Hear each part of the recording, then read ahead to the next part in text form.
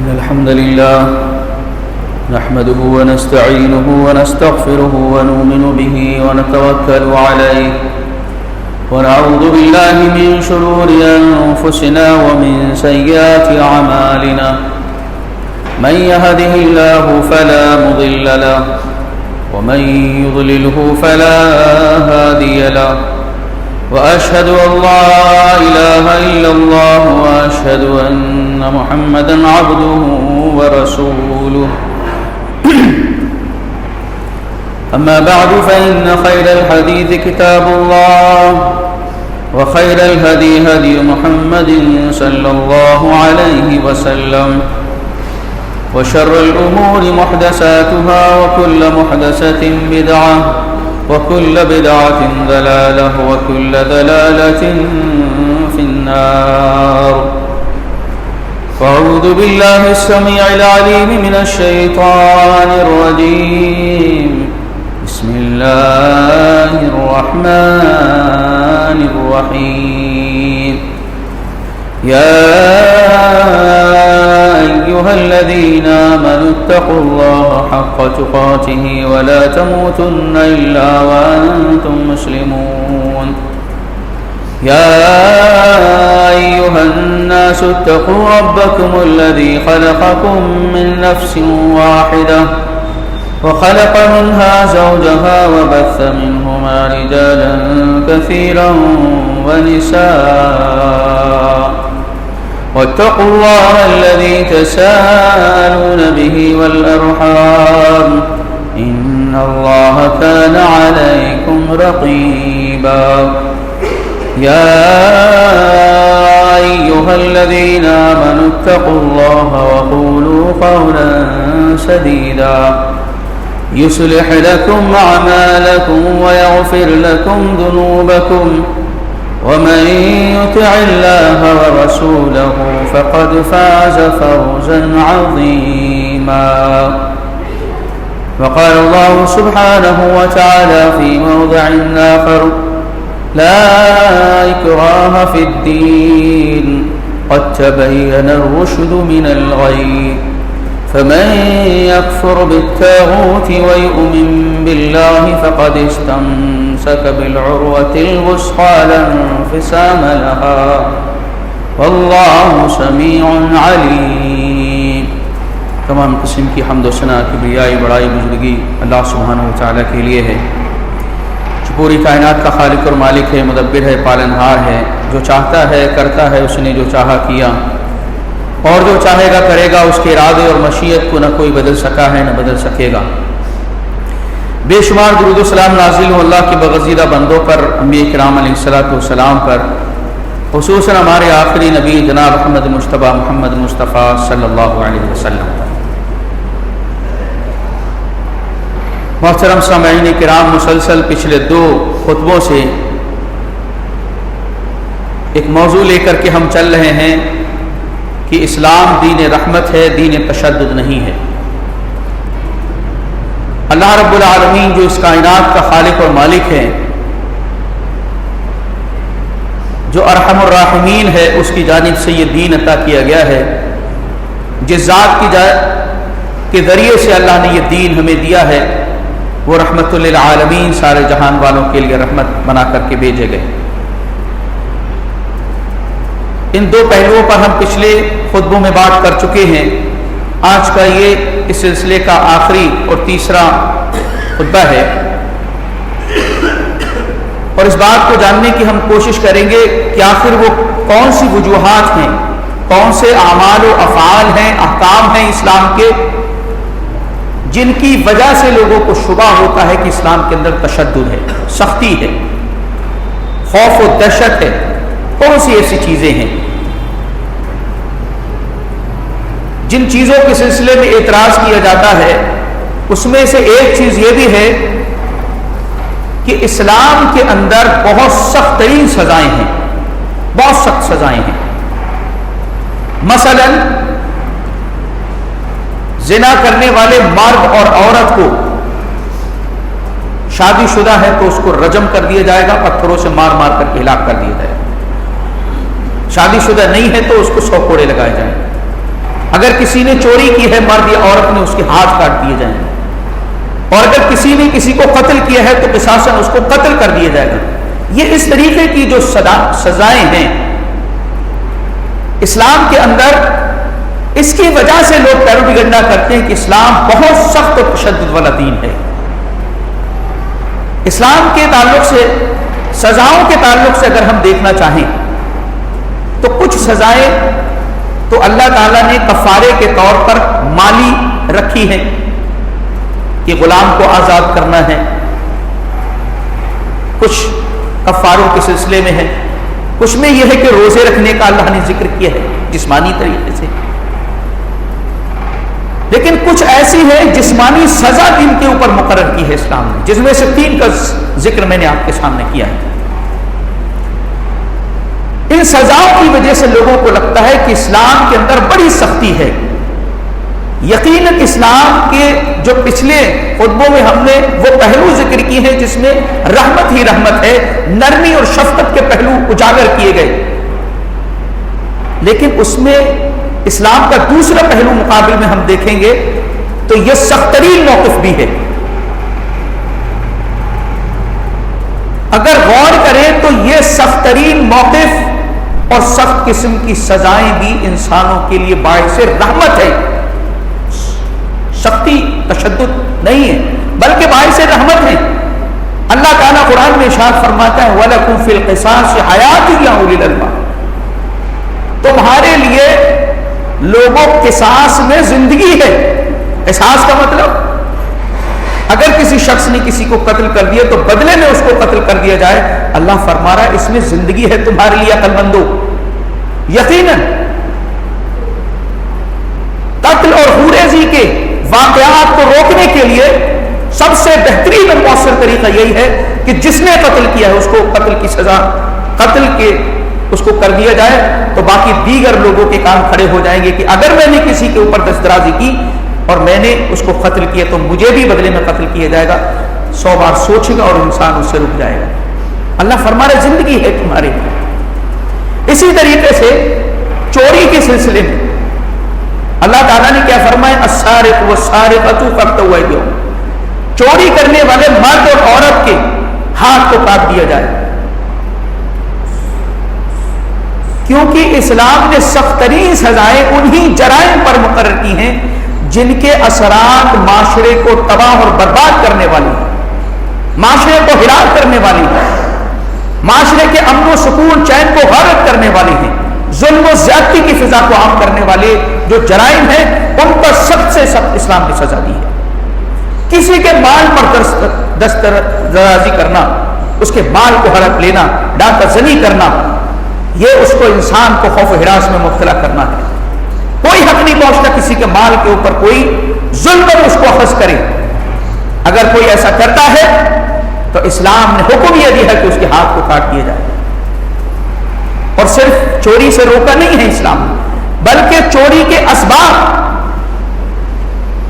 جن کی وجہ سے چوری وجود میں آتی ہے ان اسباب کو ختم کیا، نظام زکوٰۃ کو عام کیا گیا، زکوٰۃ کے نظام کو عام کیا گیا تاکہ لوگوں جو غریب ہیں، فقیر ہیں، مجبور ہیں، جن کے پاس سرمایہ نہیں ہے وہ زکوٰۃ کے اس نظام کے تحت اپنی زندگی گزار سکتے ہیں۔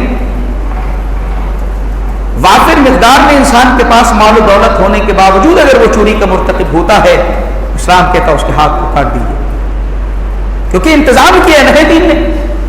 زکوٰۃ کا نظام قائم اسی لیے کیا گیا تاکہ چوری، ڈاکہ زنی جیسے واقعات کے اوپر روک لگائی جا سکے، اور یہ اسلام کا مکمل نظام ہے۔ اللہ کے نبی صلی اللہ علیہ وسلم نے، آپ دیکھیں آپ رحمت للعالمین ہیں، کتنے شفیق و رحیم امت کے لیے، لیکن جب اللہ کے حدود کی باری آتی تھی تو آپ نے سختی کے ساتھ ان کے اوپر عمل کیا۔ ایک مخزومی عورت، خاندان جو تھا بڑا خاندان تھا مخزوم، اس کی عورت نے چوری کی۔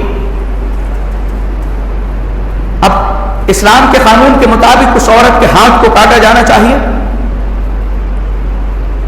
اللہ کے نبی صلی اللہ علیہ وسلم کے پاس بھیجا گیا اسامہ بن زید رضی اللہ تعالیٰ عنہ کو کہ آپ سفارش کر دیں کہ اس عورت کے ہاتھ کو نہ کاٹ کر کے کوئی اور مالی معاوضہ لے لیا جائے۔ اللہ کے نبی صلی اللہ علیہ وسلم کے پاس جب وہ پہنچتے ہیں تو آپ صلی اللہ علیہ وسلم غصہ ہو جاتے ہیں اور کہتے ہیں اتشفع فی حد من حدود اللہ، اسامہ کیا تم اللہ کے حدود میں سفارش کرنے کے لیے آئے ہو؟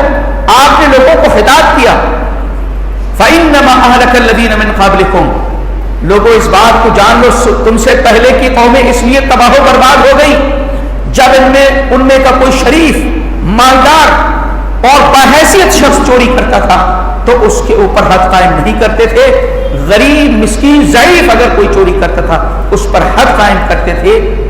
آپ نے فرمایا کہ لو ان فاطمہ بنت محمد سرقت لقطعت یدها، اگر محمد کی بیٹی فاطمہ بھی چوری کرے گی تو میں اس کے بھی ہاتھ کو کاٹ دوں گا۔ یہ اسلام کا نظام عدل ہے اور انصاف ہے۔ جو جرائم معاشرے کو تباہ کرنے والے تھے اسلام نے اتنی ہی سخت سزائیں ان کے اوپر دی ہیں۔ زنا کا معاملہ ہے، اس کے سلسلے میں اللہ تعالیٰ نے کیا حکم دیا ہے، شریعت نے کیا حکم دیا ہے؟ شادی شدہ اگر مرد ہے عورت ہے تو اس کو رجم کر دیا جائے گا، اس کو موت کے گھاٹ اتارا جائے گا، کیونکہ یہ بھی معاشرے کے اندر فساد بگاڑ مچانے والی چیزیں۔ اور اللہ کا یہ حکم ہے جس وقت کوڑے لگائے جائے زنا کرنے والے مرد اور عورت کو، وَلَا تَأْخُذُكُمْ بِهِمَا رَأْفَةٌ فِي دِينِ اللَّهِ إِن كُنتُمْ تُؤْمِنُونَ بِاللَّهِ وَالْيَوْمِ الْآخِرِ، اگر تم اللہ اور آخرت کے دن پر ایمان رکھتے ہو تو کوڑوں کی سزا دینے میں نرمی اختیار نہیں کرنا، نرمی نہیں ہونی چاہیے۔ اور وَلْيَشْهَدْ عَذَابَهُمَا طَائِفَةٌ مِّنَ الْمُؤْمِنِينَ، اور مومنین کی ایک جماعت بھی وہاں پر موجود ہونی چاہیے جو اس سزا کے منظر کو دیکھے اور اس جرم کی قباحت و شناعت کو محسوس کر سکے۔ جو بھی اس قسم کا جرم کرے گا تو اس کے ساتھ یہی معاملہ کیا جائے گا۔ اللہ فرما رہا ہے ایک جماعت بھی وہاں پر موجود ہونی چاہیے دکھانے کے لیے، کیونکہ یہ ایسے جرائم ہیں جو معاشرے کو تباہ و برباد کرنے والے ہیں۔ اس لیے لوگوں کو کیا لگتا ہے یہ سختی والے اسلام تشدد کی تعلیم دیتا ہے، تشدد ہے اسلام میں، کیونکہ اس قسم کی سزائیں، لیکن یہ وہی سزائیں ہیں جو معاشرے کو تباہ و برباد کرنے والے جرائم کے اوپر دی جاتی ہیں۔ اللہ رب العزت سے بہتر کوئی جان سکتا ہے کہ کون سی سزا کس جرم کے لیے مناسب ہوگی۔ الا یعلم من خلق وهو اللطیف الخبیر، کیا جس نے پیدا کیا ہے، جس نے بنایا ہے وہی نہیں جانتا ہے؟ اس سے بہتر کون جانے گا؟ انسانوں کی خیرخواہی کس میں ہے، انسانوں کی بھلائی کس کے اندر ہے، کس جرم پر کیا سزا ملنی چاہیے، رب العالمین سے بہتر کون جانتا ہے؟ اسی لیے اللہ تعالیٰ نے جو جرائم بڑے اور ان کے اثرات معاشرے کو تباہ کرنے والے تھے بڑی سے بڑی سزا مقرر کی گئی تاکہ معاشرے کے اندر اس قسم کے جرائم اور کرائم نہ ہو سکیں۔ ایک شبہ یہ بھی کیا جاتا ہے کہ اسلام نے عورتوں کو قید کر دیا ہے حجاب کے اندر، پردے کے اندر، گھروں کے اندر۔ یہ بہت شدید ترین دین ہے، بہت سخت ہے معاملہ۔ عورتوں کو حجاب کا حکم دے دیا، گھروں میں ٹھہرنے کا حکم دے دیا۔ اللہ رب العالمین جو انسانوں کو پیدا کرنے والا ہے وہ جانتا ہے کہ مردوں کی فلاح اور کامیابی کس میں ہے اور عورتوں کے لیے فلاح و کامیابی کس میں ہے۔ اسلام سے پہلے عورت کی حالت پہ اگر غور کریں کس قسم کے ظلم و ستم کو برداشت کر رہی تھی عورت، لوگ اپنی حوث کا شکار بنائے ہوئے تھے۔ ایک استعمال کی جانے والی چیز کے علاوہ عورت کی کوئی حیثیت اور وقت نہیں تھی، غلاموں سے بدتر سلوک ہوتا تھا۔ اسلام نے عزت دی، اس کو مقام دیا، اکرام دیا، اور اس عزت و وقار کو محفوظ کرنے کے لیے عورتوں کے سلسلے میں اللہ نے حدود، قیود، اصول، ضابطے دیے کہ عورت اس دائرے کے اندر اگر رہے گی تو اپنی عزت کو محفوظ کر لے گی اور اپنے مقام کو، وقار کو باقی رکھ سکے گی، ورنہ پچھلے زمانوں میں جیسی عورت کے ساتھ جو ظلم و زیادتیاں ہوئی اسی کا شکار ہو جائے گی۔ عورت کے سلسلے میں اللہ تعالیٰ نے جہاں پردے کا حجاب کا حکم دیا، مردوں کو بھی کئی حکم دیے ہیں، صرف عورت کو حکم نہیں دیا۔ مرد کو کہا وَلَا تَقْرَبُوا الزِّنَا، زنا کے قریب نہ جاؤ، وَلَا تَقْرَبُوا الْفَوَاحِشَ مَا ظَهَرَ مِنْهَا وَمَا بَطَنَ، بے حیائی، بے شرمی کے کاموں کے قریب نہ جاؤ۔ اسی طریقے سے اللہ فرما رہا فَذَرُوا ظَاهِرَ الْإِثْمِ وَبَاطِنَهُ، ظاہری باطنی سارے گناہوں کو چھوڑ دو۔ اور اللہ کے نبی نے ارشاد فرمایا لا یخلون رجل بامرأۃ، کوئی مرد کسی عورت سے تنہائی میں نہ ملے. اللہ نے حکم دیا یا ایھا الذین آمنوا لا تدخلوا بیوتا غیر بیوتکم حتی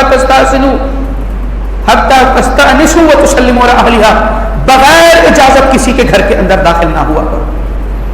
یہ حکم اسی لیے دیے گئے. اور حکم یہ دیا گیا یغضوا من ابصارہم، اپنی نگاہوں کو نیچا رکھو. یہ مردوں کو بھی حکم دیا ہے، صرف عورتوں کے لیے پردے کے حکم نہیں. مردوں کو بھی حکم دیا گیا کہ اس قسم کی کسی بھی حرکت اور کسی عمل کو تم نہیں کرو گے جو عورتوں اور تمہارے درمیان فساد کا سبب بن سکے. عورتوں کو لباس کا حکم اسلام نے دیا. لباس کے اندر 6 چیزیں ہونے چاہیے. کیا؟ جسم کو پوری طریقے سے ڈھانپ لے عورت، کیونکہ اس کا ستر ہے یہ، الا ما ظہر منہا، مگر جو یہ کہ جو ظاہر ہو جائے. اسی طریقے سے جو لباس پہنے وہ تنگ نہ ہو، جسم کے خد و خال ظاہر نہ ہو جائے. اسی طریقے سے اتنا باریک نہ ہو جس سے جسم نمایاں ہو. اسی طریقے سے اتنا بھڑکاؤ برکیلا چمکیلا لباس نہ ہو کہ جن سے مخالف اس کی طرف مائل اور رغبت رکھنے لگے. اور یہ بھی حکم دیا گیا کہ لعن اللہ المتشبہین بالرجال بالنساء والمتشبہات بالرجال، یعنی مردوں کی مشابہت اختیار کرنے والے لباس کو پہننے والی عورتوں پر لعنت ہے. اسی طریقے سے مردوں کے اوپر لعنت ہے جو عورتوں جیسے لباس پہنتے ہیں. اسی یعنی ایک دوسرے کی طریقے کا نہیں ہونا چاہیے. چھٹا یہ ہے کہ کفار و مشرکین کے جو خاص مذہبی لباس ہے ان سے پرہیز کیا جائے. عورت کو لباس کا حکم دیا گیا کہ لباس ان شرائط کے ساتھ تمہارا ہونا چاہیے. اور حکم یہ دیا کہ اپنے گھروں کے اندر ٹھہری رہو. وقرنا فی بیوتکن، اپنے گھروں کے اندر ٹھہری رہو. تمہارا دائرہ عمل تمہارا گھر ہے، ربۃ البیت ہے، گھر کی مالک ہے، گھر کے سارے معاملات کی ذمہ دار عورت ہے. گھر کے اندر بچوں کی دیکھ بھال ہے، ان کی تربیت ہے. شوہر کے لیے بہتر سے بہتر ماحول فراہم کرنا ہے، عورت کی ذمہ داری ہے. حکم یہ دیا گھروں کے اندر ٹھہری رہو. اگر گھر سے جانے کی نکلنے کی ضرورت محسوس ہو کسی کام کے تحت، اللہ فرما رہا ولا تبرجنا تبرج الجاہلیۃ الاولی، زمانہ جاہلیت کی طریقے سے بناؤ سنگار کر کے نہ نکلا کرو، بلکہ کیسے نکلو؟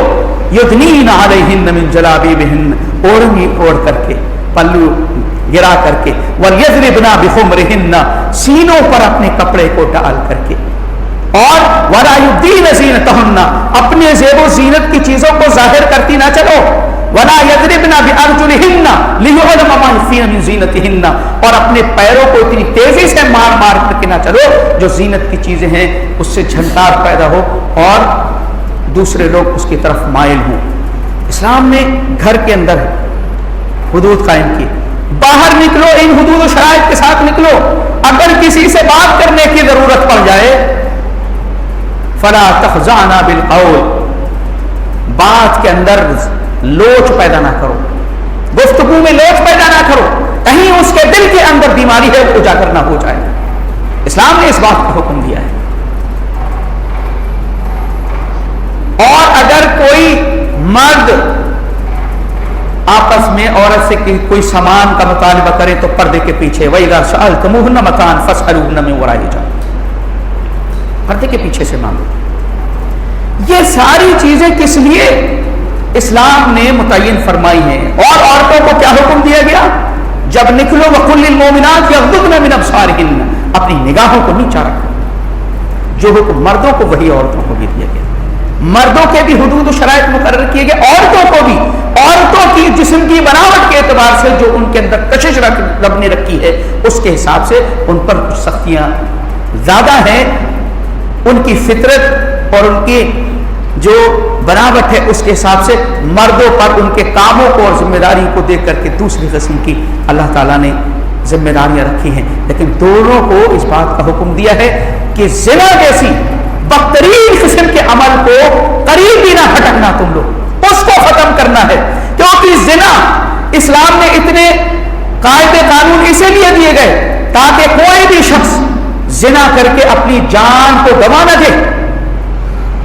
اسلام نے صرف زنا کی سزا مقرر نہیں کی ہے بلکہ زنا تک پہنچنے والے سارے راستوں کو روکا ہے تاکہ اس تک پہنچا ہی نہ جائے اور انسان اپنی جان کو گنوا نہ دے. زنا کو روکنے کے لیے کیونکہ معاشرے کے اندر یہ ایسی بے حیائی بے شرمی کا کام ہے کہ اللہ تعالیٰ نے اس کو بدترین جو سب سے بڑا ظلم اور گناہ شرک اس کے ساتھ ذکر کیا ہے. الزانی لا ينكح الا زانیۃ او مشرکۃ. سورہ نور میں اللہ نے فرمایا کہ زنا کرنے والا مرد زنا کرنے والی عورت یا مشرکہ سے ہی شادی کرے. کیوں رب نے فرمایا؟ کیونکہ مشرک اللہ کے در کو چھوڑ کر کے دوسرے کے در کو کھٹکھٹاتا ہے, دوسرے کے در پر جاتا ہے. زنا کرنے والا مرد یا عورت اپنی بیوی اور اپنے مرد کو چھوڑ کر کے دوسرے کے پاس جاتی ہے. یہ دونوں جرم ایسے ہیں جو شرک اور زنا آپس میں ملتے جلتے ہیں. اس جرم کے خاتمے کے لیے اسلام نے خواتین کو حکم دیا پردے کے اندر رہو. اسلام نے حکم دیا حجاب اختیار کرو. اسلام نے حکم دیا گھروں کے اندر رہو. جو آزادی کے نام پر عورتوں کو نکال کر کے باہر کرنا چاہتے ہیں وہ اسلام نے جو عزت ان کو دی ہے زمانے گزشتہ میں جو بے حیثیت عورت تھی, ہوس کے شکار بنی ہوئی تھی, پھر سے وہی ہوس کا شکار بنانا چاہتی ہے. اسلام ان کو عزت و مقام دینا چاہتا ہے اور ان کو اسی طریقے سے اس قسم کے حدود اور قیود متعین کی ہے اسلام نے. لوگوں کو لگتا ہے یہ سختی ہے, یہ سختی نہیں ہے. رب سے بہتر تم جانتے ہو کیا عورت کے لیے مناسب ہے, کیا مرد کے لیے مناسب ہے, اس سے بہتر تم جانتے ہو. اور یہی وجہ ہے کہ اللہ کی ان فرامین کو فراموش کرنے کی وجہ سے, اسلام کے حدود کو پامال کرنے کی وجہ سے اس معاشرے کے اندر بے حیائی, بے شرمی, بدتمیزی, اسی طریقے سے عورتوں کے اوپر ظلم و زیادتی کی کثرت ہو رہی ہے کیونکہ اللہ کے دین کو ترک کر دیا گیا, اس کے اصول و ضابطوں کو ترک کر دیا گیا. اسلام کے اوپر ایک اور جو ہے اعتراض کیا جاتا ہے متشدد ہونے کا, وہ یہ کہ اسلام مسلمان بڑا فنڈامنٹلسٹ ہوتا ہے, بنیاد پرست ہوتا ہے. دنیا والے چاہتے ہیں اس میں بھی لچک ہونی چاہیے, اس میں بھی کمپرومائز کا مادہ ہونا چاہیے, اس میں بھی سیکولر ہونا چاہیے, سیکولر ہونا چاہیے, یہ دنیا چاہتی ہے. اور یہ بات ابھی کی نہیں, یہ اس زمانے میں بھی یہود اور نصارہ مشرکین چاہتے تھے کہ مسلمان اپنے دین کے اندر کچھ نہ کچھ نرمی پیدا کرے, نرمی اختیار کرے. اللہ فرما رہا ہے یہ یہود کیا چاہتے ہیں, وَدُّوا لَوْ تَكْفُرُونَ كَمَا كَفَرُوا فَتَكُونُونَ سَوَاءً. یہ یہود چاہتے ہیں کہ مسلمانوں تم بھی کفر اختیار کر لو جیسا کہ یہ کافر ہیں, پھر تب سب برابر ہو جائیں گے. ان کو گوارا نہیں ہے کہ مسلمان اللہ کے دین پر قائم کیوں ہے, ان کو جلن اور حسد اس بات کا ہے. اس زمانے میں بھی اللہ نے اور مزید فرمایا کہ وَلَن تَرْضَىٰ عَنكَ الْيَهُودُ وَلَا النَّصَارَىٰ حَتَّىٰ تَتَّبِعَ مِلَّتَهُمْ. یہ یہود و نصارہ کبھی بھی مسلمانوں تم سے خوش نہیں ہو سکتے جب تک کہ تم ان کی ملت کی پیروی کرنے نہ لگ جاؤ. مسلمانوں میں بھی اکثریت کا حال یہ ہے کہ سیکولر بن کر کے زندگی گزارنا چاہتا ہے, وہ اپنی مرضی کے مطابق کچھ چیزیں لے لیا اور کچھ چیزیں جو اسلام کے اندر اس کے حساب سے مشکل لگ رہی ہیں اس کو اس نے مولڈ کر دیا اور دوسرا جامہ پہنا کر کے اس پر عمل کرنے کی کوشش کر رہا ہے. اللہ تعالیٰ نے کیا حکم دیا؟ یہی تو اعتراض ہے نا کہ وہ بھی چاہتے ہیں کہ تم بھی اپنا دین چھوڑ دو جیسا ہم نے اپنے دین کو خیر آباد کہہ دیا ہے. چند رسمیں جیسے ہم اپنے دین کے تعلق سے مانتے ہیں ویسے ہی مسلمانوں تم بھی یہی کرو اپنے دین کے ساتھ. اس لیے مسلمانوں کو بنیاد پرست کہتے ہیں. اللہ کا حکم کیا ہے؟ ان الذین قالوا ربنا اللہ ثم استقاموا.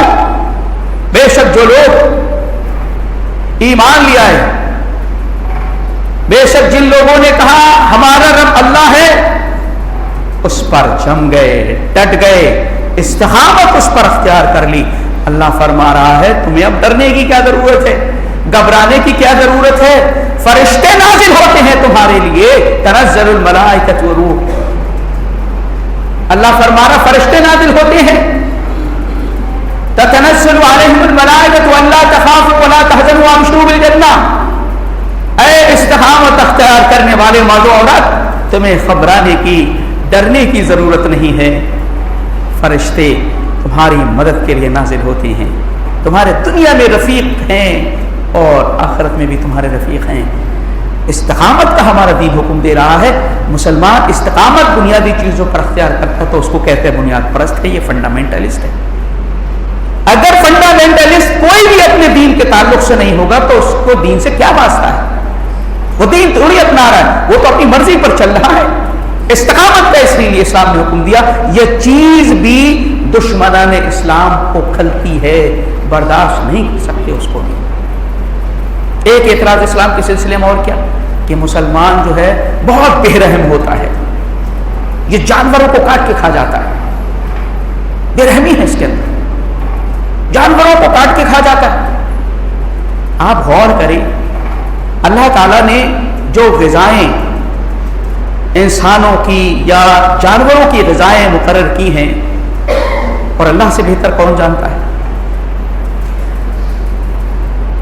انسانوں کے جو دانت ہیں وہ آپ دیکھیں گے اومنیورس، یعنی وہ جو گوشت کو بھی کھا سکتے ہیں اور ساگ پتا کو بھی کھا سکتے ہیں۔ جانوروں میں کیا ہوتا ہے؟ بکری، بھیڑ، اس طریقے کے جو جانور ہیں پالتو ہیں وہ صرف گھاس پھوسی کھا سکتے ہیں۔ گوشت اگر ان کو کھلائے تو یہ گوشت نہیں کھا سکتے کیونکہ ان کے دانت اس طریقے کے ہیں ہی نہیں۔ شیر، چیتا، تیندوا، اس کے نکیلے دانت ہیں، وہ ساگ پتا نہیں کھا سکتا ہے، وہ گوشت ہی کھائے گا۔ انسان کے دانت اللہ تعالیٰ نے فطری طور سے دو قسم کے بنائے ہیں، نکیلے بھی ہیں اور چپٹے بھی دانت ہیں۔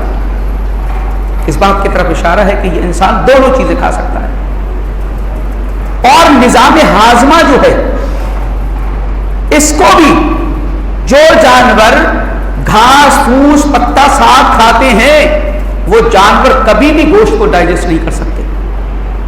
بکری کو، بھیڑ کو ان کو کھلا کر کے دیکھیے، یہ ہضم کر لیں گے، نہیں کر سکتے۔ انسان کے ہاضمے کو بھی اللہ نے اسی طریقے سے بنایا ہے کہ وہ گوشت کو بھی ہضم کرتا ہے اور ساگ پتا سبزی کو بھی، اور دانت بھی اسی طریقے سے رب نے رکھے ہیں۔ گوشت کے اندر ہائی پروٹین ہے، غذائیت سے بھرپور ہوتا ہے۔ اسی طریقے سے مویشیوں کی جو تعداد ہے اللہ تعالیٰ نے بہت بڑا کر کے رکھی ہے۔ اگر اس کو نظام اللہ تعالیٰ ایسا نہ بنائے تو پھر کیا ہوگا؟ اس کے اندر بے اعتدالی پیدا ہو جائے گی۔ اسی طریقے سے یہ کہا جاتا ہے کہ انسان جو کچھ کھاتا ہے اس کا زندگی پر اس کا اثر ہوتا ہے، لہذا مسلمان جو گوشت کھاتا ہے تو متشدد ہو جاتا ہے گوشت کھانے کی وجہ سے۔ اب آپ دیکھیں اسلام نے ان جانوروں کو یہ گوشت کو کھانے کا حکم دیا جو سیدھے ہیں، پرامن ہیں، فرما بردار ہیں، اطاعت گزار ہیں۔ شیر، تیندوا، چیتا، ان کو کھانے کا حکم نے حرام کر دیا کیونکہ ان کے اندر سختی ہے، تشدد ہے، وہ حرام کر دیے گئے۔ وہی جانور اسلام کے اندر حلال ہیں جو فرما بردار ہیں، سیدھے سادے ہیں، اطاعت گزار ہیں۔ یہی وجہ ہے مسلمانوں کے اندر محبت ہے، اطاعت گزاری ہے۔ کہتے خنزیر کا پھر کیوں نہیں کھاتے؟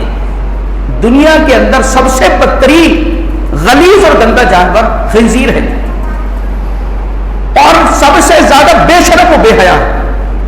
یہی واحد جانور ہے جو اپنی بیوی، اپنی میٹ کے لیے دوسرے دوستوں کو مجامعت کی دعوت دیتا ہے۔ آپ دیکھیں مغرب کے اندر یہی ہوتا ہے، کلبوں میں، ڈانس پارٹیوں میں اپنی بیوی دوسرے کے ساتھ رہ کر کے وہ کرتے ہیں، ڈانس کرتے ہیں۔ اس کی وجہ یہی ہے کہ اس خنزیر کا گوشت انہوں نے استعمال کیا ہوتا ہے۔ اسلام نے ان سب چیزوں کو حرام قرار دیا۔ اللہ فرمایا یا ایھا الذین آمنوا کلوا من طیبات ما رزقناکم، ایمان والو پاکیزہ روزیاں کھاؤ، کلوا مما رزقکم اللہ حلالا طیبا، حلال بھی ہونا چاہیے، پاک بھی ہونا چاہیے۔ یہ اللہ تعالیٰ کا حکم ہے۔ اللہ نے جو غذا انسان کے لیے متعین کی ہے وہ بعین ہی اس کے فطری ڈھانچے کے مطابق ہے، ڈھانچے کے مطابق ہے، کیونکہ اللہ تعالیٰ نے انسان کا ہاضمے کا سسٹم اور چبانے کا سسٹم دونوں ویسا ہی بنایا ہے کہ انسان گوشت کو بھی استعمال کر سکتا ہے۔ لہٰذا یہ چیز بھی اس غلط فہمی کا نتیجہ ہے کہ ان کو صحیح معنی میں اس کا علم نہیں ہے۔ اور جہاں تک جان کی بات ہے تو آج سائنس اس بات کو کہہ رہی ہے کہ پودوں میں بھی جان ہوتی ہے، ان کی چیخ و پکار آپ نہیں سن سکتے کیونکہ ان کی فریکوینسی بہت لو ہوتی ہے، آپ کے کان اتنا نہیں سن سکتے ہیں۔ اگر جان کی بات ہے تو ان سبزی اور پیڑ پودوں کے اندر بھی جان ہوا کرتی ہے۔ ایک آخری بات جو میں آپ کے سامنے رکھنا چاہوں گا، اسلام کے سلسلے میں دشمنان کی طرف سے ایک بہت بڑا اعتراض کہ اسلام تشدد والا دین ہے، یہ ہے کہ اسلام نے تلوار کے ذریعے سے اس دین کو پھیلایا، تلوار کا استعمال کیا۔ کچھ لوگ کہتے ہیں کہ مسلمان جب تک قرآن کے اندر تبدیلی نہیں کرے گا تب تک یہ روشن خیال نہیں بن سکتا ہے، قرآن کو تبدیل کر دے یہ کچھ چیزوں کو تب اس کے اندر نرمی آ سکتی ہے، یہ پھر سیکولر بن سکتا ہے، یہ کہتے ہیں۔ اور یہ وہ مطالبہ ہے جو مشرکین نے بھی کیا تھا، قال الذین لا یرجون لقاءنا ائتی بقرآن ھذا او بدل۔ جب اللہ کی کتاب ان کے سامنے پڑھی جاتی تھی کیا کہتے تھے؟ کوئی دوسرا قرآن لے آؤ، یہ تو بڑا سخت ہے جی، یا اس کو بدل دو، تھوڑا سا تبدیلی اس کے اندر کر دو۔ یہی آج کے وقتاً فوقتاً اٹھنے والے اسلام دشمن افراد اس بات کو کہتے ہیں کہ قرآن کو تبدیل اگر کریں گے نہیں تب تک مسلمانوں کے اندر نرمی پیدا نہیں ہوگی، نرمی اس سے آئے گی۔ اور کیا یہ اعتراض اصل میں کرتے کیوں ہیں؟ کیونکہ آپ دیکھیں دنیا کے اندر جتنے بھی بڑے مذاہب ہیں، عیسائیت ہو، ہندو مت ہو، بدھ مت ہو، زرتشتیت ہو، ان سارے مذاہب کے مقابلے میں جبکہ یہ پیارے نبی صلی اللہ علیہ وسلم کے آنے سے سارے کے سارے پہلے کے، لیکن کسی بھی دھرم اور مذہب کو وہ ترقی، وہ عروج حاصل نہیں ہوا جو اسلام کو حاصل ہوا۔ چند سالوں میں اسلام نے زمین کے ایک بڑے حصے کے اوپر حکومت کر لی، تو یہ انہیں برداشت نہیں ہوا، برداشت نہیں ہوا، اور پھر اس قسم کی اعتراض اسلام کے اوپر کیے کہ اسلام ایسا کرتا ہے اس لیے ایسا ہوا ہے، اتنی تیزی کے ساتھ کیسے ہوا ہے؟ آج بھی لوگوں کو لگتا ہے، اللہ فرما رہا کل موتوا بغیرکم، ارے مر جاؤ غصے سے تم۔ اسلام کی ترقی اگر تمہیں دکھتی دیکھنا پسند نہیں ہے تو اپنے آپ کو ہلاک کر لو۔ جرمنی کے اندر 72 سالہ ایک پادری تھا، وہ اسلام کی بڑھتی ہوئی ترقی کو دیکھ کر کے جلا کر کے اس نے مار لیا، وہ نہیں دیکھ سکتا اسلام کی ترقی کو۔ اس قسم کے واقعات اسلام نے جس طریقے سے عروج حاصل کیا ہے، لوگوں کے دلوں پر حکومت کی ہے، اسلام کی خوبیوں کو تو انہوں نے نہیں دیکھا پہچانا، بلکہ اعتراض یہ کر دیا کہ اسلام تلوار کے ذریعے سے آیا۔ آج وہ کہتے ہیں تشدد پسندی دنیا میں اگر ہے تو اسلام کی وجہ سے، نعرے کو بدل کر کے اس بات کو کہتے ہیں۔ کہاں تشدد ہے؟ پورے قرآن مجید کے اندر ایک بھی آیت، ایک بھی سنگل آیت کریمہ کوئی نہیں دکھا سکتا ہے کہ جس میں اس بات کا حکم دیا گیا ہو یا کسی کو اسلام قبول کرنے کے لیے مجبور کیا گیا ہو۔ ایک بھی آیت اسلام کو قبول کرنے کے لیے مجبور کیا گیا ہو، سنگل آیت کریمہ پورے قرآن میں نہیں مل سکتی ہے، بلکہ قرآن میں کیا ملے گا؟ لا اکراہ فی الدین قد تبین الرشد من الغی۔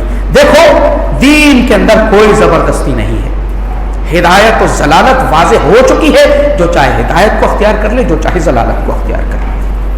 اللہ نے فرمایا لیہلک من ہلک عن بینۃ ویحیی من حی عن بینہ، دلائل اللہ کی جانب سے آ چکے، واضح روشن تعلیمات آ چکی، اب کوئی شخص ہلاک ہوتا ہے تو وہ بھی دلیل کی بنیاد پر، جو زندہ رہے گا وہ بھی دلیل کی بنیاد پر، یعنی جو راستے صحیح راستے کو اختیار کرے گا اس کے لیے بھی مواد موجود ہے، غلط راستے کو اختیار کرے اس کے لیے بھی مواد موجود ہے۔ اللہ فرما رہا ہے وَلَوْ شَاءَ رَبُّكَ لَآمَنَ مَنْ فِي الْأَرْضِ جَمِيعًا۔ اسلام زبردستی کسی کو قبول کرنے کے لیے دعوت دے گا؟ اللہ فرما رہا ہے اگر رب چاہے تو روئے زمین کے سارے لوگوں کو ایمان کی دولت سے مالا مال کر دے۔ افانت تکرہ الناس، اے نبی کیا آپ ان کو مجبور کریں گے اسلام کو قبول کرنے کے لیے؟ آپ مجبور کیا کر رہے ہیں؟ آپ کے اندر تڑپ ہے، آپ چاہتے ہیں کہ اللہ کے دین کو قبول کر لیں، آپ کی یہ چاہت ہے، دن و رات آپ نے ایک کر دیا ہے۔ اللہ فرما رہا ہے اپنے آپ کو ہلاک کر لیں گے ان کے غم میں، ایسا نہیں کہ مجبور کرنے کا مطلب تلوار آپ لے کر کے چلے گئے ہیں۔ سبحان اللہ، اللہ فرما رہا مجبور کریں گے ان کو۔ افان تکرہ الناس حتی یکونوا مؤمنین، کہ یہ مومن ہو جائے، اللہ فرما رہا ہے اگر ہم چاہتے ہم تو سب کو ایمان کی دولت سے دے دیتے، مجبور کسی کو کرنا نہیں ہے، مجبور اگر کرنا ہوتا تو امتحان ہی کیوں ہوتا؟ اللہ فرما رہا مجبور نہیں کرنا ہے۔ فَإِن تَوَلَّوْا فَإِنَّمَا عَلَيْكَ الْبَلَاغُ الْمُبِينُ، اگر یہ آپ کی بات نہیں مانتے ہیں، اللہ کے دین کو قبول نہیں کرتے ہیں، اس سے منہ پھیر لیتے ہیں، تو اے نبی آپ کی ذمہ داری واضح طور سے پہنچا دینا ہے، آپ پہنچا دیجئے۔ یہ تو نہیں کہا کہ آپ کو منوانا ہے، مجبور کرنا، پہنچا دیجئے بس۔ فَإِنْ أَعْرَضُوا فَمَا أَرْسَلْنَاكَ عَلَيْهِمْ حَفِيظًا، اگر یہ اعراض کریں، پہلو تہی اختیار کریں، نہ مانے تو آپ ان کے اوپر نگہبان تو نہیں ہے نا۔ ان علیک الا البلاغ، آپ کی ذمہ تو پہنچانا ہے، پہنچا دیجئے۔ یہ قرآن کہہ رہا ہے، یہ زبردستی ہے۔ پھر کچھ چیزیں ان کو نظر تو آئیں گی، کہیں گے بھائی جنگیں کیوں ہی، قتال کیوں ہوا، قتال کیوں کیا گیا؟ اللہ تعالیٰ نے اس کی بھی وجہ بیان فرمائی ہے۔ 13 سال مکہ کی زندگی کون سی تلوار تھی؟ مسلمانوں کے ہاتھ میں تلوار تھی یا کفار و مشرکین کے ہاتھ میں تلوار تھی؟ 13 سال تک ان کفار و مشرکین کے ہاتھوں میں تلواریں تھی، مسلمانوں کے ہاتھ میں نہیں تھی۔ اللہ نے خود منع کیا کفو ایدیکم، اپنے ہاتھوں کو روکے رکھو مسلمانوں۔ مسلمان اپنی پیٹھوں پر، اپنے جسموں پر ان کی سزا کو بھگتتے رہے، تلوار نہیں، لیکن سینکڑوں دلوں کے اندر ایمان کی شمع روشن کر دی۔ تلوار شمع کو گل تو کر سکتی ہے، روشن نہیں کر سکتی ہے۔ تلوار انسان کے جسم کو تو جھکا سکتی ہے، اس کے دل اور دماغ کو نہیں جھکا سکتی ہے۔ کیسے اسلام تلوار کے ذریعے سے؟ آپ دیکھیں وہ کون سی تلوار تھی جس نے مدینہ کے اندر اسلام کو پھیلا کر کے رکھ دیا؟ کون سی تلوار استعمال ہوئی تھی؟ وہ کون سی تلوار تھی؟ اسلام کا بدترین دشمن ابو جہل، اس کا بیٹا اسلام کے اندر داخل ہو جاتا ہے اکرمہ رضی اللہ عنہ۔ کون سی تلوار تھی؟ وہ کون سی تلوار تھی کہ غزوہ احد کا لشکر کفار کی قیادت کرنے والا ابو سفیان کو اسلام کی دولت سے مالا مال کر دیا جاتا ہے۔ ان کی بیوی ہند کو ہندا کو جس نے اللہ کے نبی صلی اللہ علیہ وسلم کے چچا کے کلیجے کو چبایا، اس کو بھی اسلام کی نعمت مل جاتی ہے۔ فتح مکہ کے دن جب سارے لوگ پیارے نبی صلی اللہ علیہ وسلم کے زیر نگی ہیں، آپ جو چاہیں ان کے ساتھ کر سکتے ہیں، ان کی گردنیں بھی مار سکتے ہیں، کوئی بھی مقابلے کی طاقت نہیں رکھتا ہے۔ کیا اللہ کے نبی صلی اللہ علیہ وسلم نے وہاں تلوار کا استعمال کیا؟ بعض صحابہ کی طرف سے، سعد بن عبادہ رضی اللہ تعالیٰ عنہ کی طرف سے یہ بات آئی، الیوم یوم الملحمہ، آج کا دن تو خوریزی کا دن ہے۔ اللہ کے نبی صلی اللہ علیہ وسلم نے ان سے جھنڈا لیا، کہا صاحب جھنڈا دو، ان کے بیٹے کو دے دیا اور کہا الیوم یوم المرحمہ، آج تو رحمت کو نچھاور کرنے کا دن ہے۔ تلوار استعمال ہوتی تو سب فتح ہو جاتا۔ اور کیا کہا جاتا ہے؟ اسلام باقی اس کے بعد میں بھی آپ دیکھیں فتوحات جو مسلمانوں نے، حملے مسلمانوں کی جاری رہے، اس کی وجہ یہی وہاں کے ظالمانہ نظام تھے، سڑے ہوئے نظام ان جگہوں کے، اور جو چودھری قسم کے، مالدار قسم کے، سردار قسم کے لوگ تھے، وہ عوام کے اوپر ظلم و زیادتیاں کرتے تھے، ان کو ستاتے تھے، ان کے مال کو لوٹ لیا کرتے تھے۔ اس لیے مسلمانوں کے لیے دروازے انہوں نے کھول دیے کہ تم لوگ آؤ۔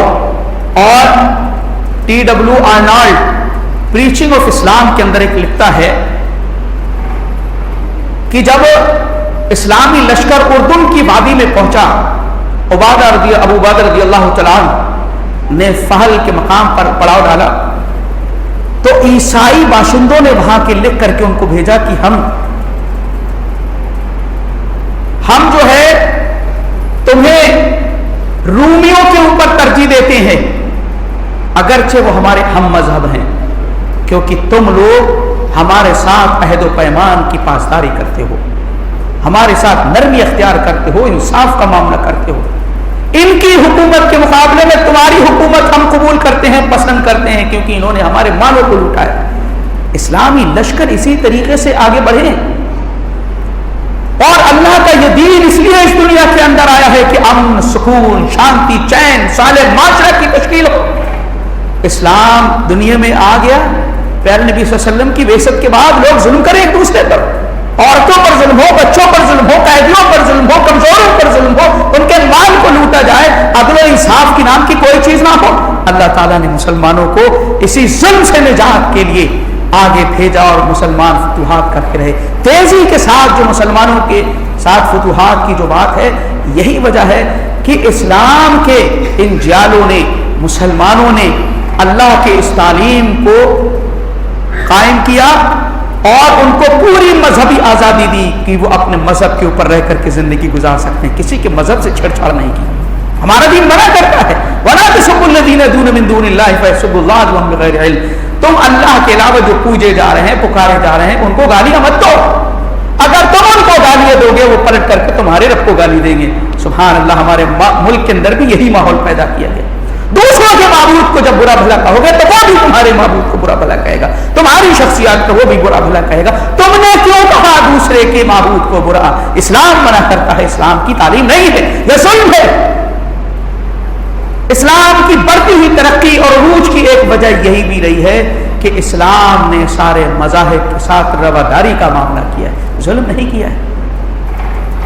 مسلمانوں کو اچھا, پیارے نبی صلی اللہ علیہ وسلم کے زمانے میں یہ سارے جنگیں ہوئی کیوں ہوئی ہے؟ اللہ فرما رہا ہے 13 سال مکی زندگی گزارنے کے بعد مدینہ میں صحابہ پہنچتے ہیں. اس کے 2 سال کے بعد آیت کریمہ نازل ہوتی ہے اذن للذین یقاتلون بانہم ظلموا وان اللہ علی نصرہم لقدیر. ان لوگوں کو اب قتال کی اجازت دی جاتی ہے جن کے اوپر ظلم کیا گیا. بھائی ظلم کیا گیا تب اللہ نے اجازت دی ہے. اور آگے اللہ تعالیٰ ایک جگہ فرما رہا ہے وقاتلوا فی سبیل اللہ الذین یقاتلونکم. جو مسلمانوں تم سے قتال کرتے ہیں تم ان سے قتال کرو, بدلے میں کرو. اور کیا اللہ فرما رہا ہے وما لکم لا تقاتلون فی سبیل اللہ والمستضعفین من الرجال والنساء والولدان. ارے مسلمانوں تمہیں کیا ہو گیا کہ تم قتال نہیں کرتے جبکہ کمزور قسم کے مرد, عورتیں, بچے اللہ سے دعا کر رہے ہیں ربنا اخرجنا من هذه القرية الظالم اهلها, اس ظالم بستی سے اللہ تعالیٰ تو ہمیں نکال دے, یہاں کے رہنے والے ظالم ہیں, اللہ کب ہماری پکار سنے گا. ان حالات کے تحت اسلام نے اجازت دی تلوار کو اٹھانے کی. جب مسلمانوں کے اوپر ظلم کیا گیا, ایک قسم کی آیت اور ہے قرآن میں جس میں کہا گیا وَاقْتُلُوهُمْ حَيْثُ ثَقَفْتُمُوهُمْ, جہاں بھی ان کو پاؤ ان کو قتل کر دو. یہ آیت کریمہ بڑا کوٹ کی جاتی ہے. اس آیت کریمہ, یہ آیت کریمہ سورہ توبہ کی ہے. سن 9 ہجری کے اندر یہ حصہ نازل ہوا ہے سورہ توبہ کا. یہ بات ہر غیر مسلم سے کہی ہے اللہ نے. یہ بات ان لوگوں کے سلسلے میں کہی جا رہی ہے جو مسلمانوں کو 13 سال تک مکہ کے اندر ستاتے رہے اور اس کے بعد 9 سال تک مسلمانوں کے مقابلے میں آتے رہے, جہاد کرتے رہے, قتال کرتے رہے, لڑائیاں کرتے رہے, حملے کرتے رہے, سب خون مارتے رہے. مسلمانوں کے لیے پوری طاقت انہوں نے جھونک دی. 22 سال تک پیارے نبی صلی اللہ علیہ وسلم اور آپ کے صحابہ کو ستانے والے وہ لوگ ہیں جن کے لیے رب نے کہا جہاں بھی مل جائے ان کو مارو. ایک عام قسم کے غیر مسلم کو کہا, وہ لوگ جو 22 سال تک مسلمانوں کو ستاتے رہے اور اللہ کے دین کی خوبیوں کو بھی دیکھتے رہے, لیکن اللہ کے اس دین کو قبول نہیں کیا اور ظلم و ستم برابر جاری رہا. اللہ نے فرمایا کہ ان کو جہاں مل جائے ان کو مارو. ان لوگوں کے سلسلے میں وعید ہے. ایک عام فریش قسم کے غیر مسلم کے لیے فٹ کر دینا یہ زیادتی ہے. اللہ کا یہ دین دین رحمت ہے. اس کا جو بھی قانون ہے, قاعدہ ہے, رول ہے, اصول ہے, وہ انتہائی مشفقانہ اور رحیمانہ ہے. ایک آخری بات, اگر مسلمانوں نے تلوار کے ذریعے سے حکومت قائم کی ہوتی, اسپین کے اندر 800 سال مسلمانوں کی حکومت رہی, وہاں پر عیسائی اپنے مذہب کے اوپر قائم رہے, لیکن جب مسلمانوں کے اندر بگاڑ آیا, خرابی آئی, 100 سال یعنی 1 صدی کے اندر مسلمانوں کا انہوں نے صفایا کر کے رکھ دیا. 100 سال کے اندر مسلمانوں کو بالکل صاف کر کے رکھ دیا. تلوار تو انہوں نے استعمال کی تھی نا. مسلمانوں نے تلوار استعمال کی ہوتی تو مسلمانوں کے خلاف حملہ کرنے کی طاقت ہی تمہارے اندر نہیں ہوتی. 800 سال حکومت کرنے کے بعد تم نے ان کو ہلاک کر دیا, ختم کر دیا, اور تم 1 صدی نہیں گزری کہ تم نے اتنا ظلم کیا مسلمانوں کے اوپر، اذانیں تک نہیں ہونے دی اور سب کو نکال کر کے مار کاٹ سب شروع کر دیا۔ اسلام اگر اس چیز کا حکم دیتا تو ایسا کیسے ہو سکتا تھا؟ ہمارے اس ملک کے اندر ہی 850-900 سال حکومت مسلمان کرنے کے بعد آج بھی ریشو 80 اور 20 کا ہے۔ کیسے یہ ریشو قائم رہتا؟ اگر مسلمانوں نے اسلام کے لیے تلوار اٹھائی ہوتی نا تو کوئی نہیں بچتا۔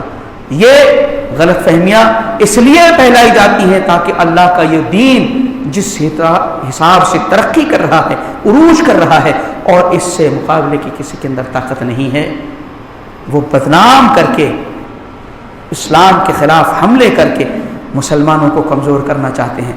کیا زندگی ہے؟ کیا چاہتے ہو؟ مسلمان کے لیے کیا چاہیے؟ اللہ کے اس دین سے بڑی نعمت کوئی نہیں ہے میرے بھائی۔ یہ اور بات ہے کہ ہم مسلمان ہو کر کے دھجیاں اڑا رہے ہیں اللہ کے اس دین کی، اس سے بڑی نعمت کوئی نہیں ہے۔ اور یہ نعمت مسلمانوں کے پاس رہی، مسلمان خوشحال رہے، بہت خوش رہے، لیکن جب یہ چلی جائے تو ساری دولت اور مال کے انبار بھی آپ کے پاس ہونا تو آپ سے بڑا بدقسمت کوئی نہیں ہے۔ اللہ کا دین اگر ہے تو آپ سب سے بڑے خوش قسمت ہیں۔ حالات کو پیچھے تاریخ میں اٹھا کر کے دیکھ لیجئے، یہ کچھ بھی حالات نہیں ہیں، بہت ظلم ہوا ہے۔ لکھنے والوں نے لکھا ہے کہ اسلام پر اتنے شدید حملے ہوئے ہیں، اگر کسی دین اور دھرم کے اوپر اتنے حملے ہوئے ہوتے تو اس کا کیا پانچا نکل جاتا، وہ ختم ہو جاتا دنیا سے۔ لیکن اسلام الحمدللہ جتنا ہی اس کو دبایا گیا اتنا ہی ابھرا۔ اس پوری دنیا میں آج بھی سب سے تیزی کے ساتھ پھیلنے والا اگر کوئی دین ہے تو یہی اللہ کا دین اسلام ہے، کوئی نہیں ہے اس کے مقابلے میں، جبکہ ساری طاقتیں اس کے خلاف پڑی ہوئی ہیں، لیکن اللہ کے اس دین کی رفتار کو نہیں روک سکی، کیونکہ یہ اللہ کا دین ہے۔ اور یہ چند قسم کے شبہات اور یہ چند چیزیں مسلمانوں کے سامنے رکھی جاتی ہیں، احساس کمتری کا شکار ہو جاتا ہے وہ، اسلامی تعلیم پر شک ہونے لگتا ہے اس کو۔ پڑھ اللہ کا دین، تجھے ہی شک ہو رہا ہے تو کیا دوسروں کو اللہ کے دین کو سمجھائے گا؟ مسلمان کو ہی شک ہو جاتا ہے جب اسلام پر حملہ ہوتا ہے، اس کے قانون پر، ضابطوں پر حملہ ہوتا ہے، یہی ڈگمگا جاتا ہے، کیونکہ یہ صرف اوپر کا چل رہا ہے، اس کو خود ہی نہیں پتا ہے۔ اللہ کے دین کے ساتھ یہ معاملہ نہ کرے خدا، اس سے بڑی نعمت ایک مسلمان کے لیے کچھ بھی نہیں ہے، اور اس کو گلے لگائے رکھیے، مساجد کو ویران نہ کریے۔ حالات مشکل ہونے کا یہ تو تقاضا نہیں ہے کہ اسلام مسلمانوں پر جو غفلت طاری ہے، جو بے حسی طاری ہے، وہی بے حسی قائم رہے، حالات کچھ بھی ہو جائے۔ جب حالات مناسب نہیں ہے، سازگار نہیں ہے، اشارہ دے رہا ہے رب، افلا يرون انهم يفتنون في كل عام مرة او مرتين ثم لا يتوبون ولا هم يذكرون۔ ارے کیا ہو گیا تمہیں؟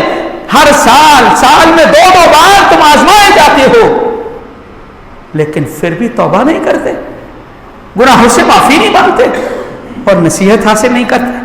اللہ فرما رہا ہے یہ سب چیزیں تو جگانے کے لیے تمہیں آتی ہیں، لیکن مسلمان کی حالت یہ ہے مزید سویا ہوا ہے۔ حالات جتنے بدتر ہو رہے اس کو لگ رہا ہے کہ میں بچا ہوا ہوں، سیف ہوں۔ آپ کیا سیف ہیں؟ وقت آئے گا، حالات آئے گا، کچھ بھی نہیں بچے گا۔ اللہ کے اس دین کی نعمت کو سمجھیے اور اس کو گلے سے لگائیے اور اس پر قائم رہیے۔ جتنے حالات ابھی ہیں، آپ کو مساجد سے کوئی پھینک نہیں رہا ہے نماز پڑھنے کے لیے کہ مت پڑھیے، لیکن ان کا انتظار کر رہے ہیں اسی بات کا۔ جب ڈنڈے مارے جاتے تھے کورونا کے ٹائم تو مسجد میں گھس گھس کر کے آتے تھے، لیکن جب مسجد کے دروازے کھلے ہیں تو آنے کو تیار نہیں۔ یہی کیفیت کرنا چاہتے ہیں، جب روکا جائے تب آئیں اور پھر ڈنڈے کھائیں۔ سبحان اللہ، اللہ نے حالات دیے ہیں، موقع دیا ہے، پڑھیے، عبادت کریے رب کی، رجوع کریے رب سے، اور اسلام کی تعلیمات کو صحیح معنی میں سمجھیے، ڈگمگائیے نہیں۔ یہ اللہ کا دین ہے، یقین کریے، نبی پاک صلی اللہ علیہ وسلم کے ذریعے سے اللہ نے بھیجا ہے۔ اللہ ارحم الراحمین، نبی پاک صلی اللہ علیہ وسلم رحمت للعالمین، جو دین رب نے دیا ہے وہ دین رحمت ہے، دین تشدد کبھی بھی نہیں ہو سکتا۔ یہ ہماری سمجھ کی کمی ہے، ہماری جہالت کا نتیجہ اگر ہم ایسی بات کرتے ہیں۔ اللہ رب العزت مولا کریم نے عمل کی توفیق عنایت فرما، مولا کریم جب تک ہم اس دنیا میں رہیں اسلام پر زندہ رہیں، جو ہمارا خاتمہ ہو ایمان پر ہو۔ آمین۔ واخر دعوانا ان الحمد للہ رب العالمین۔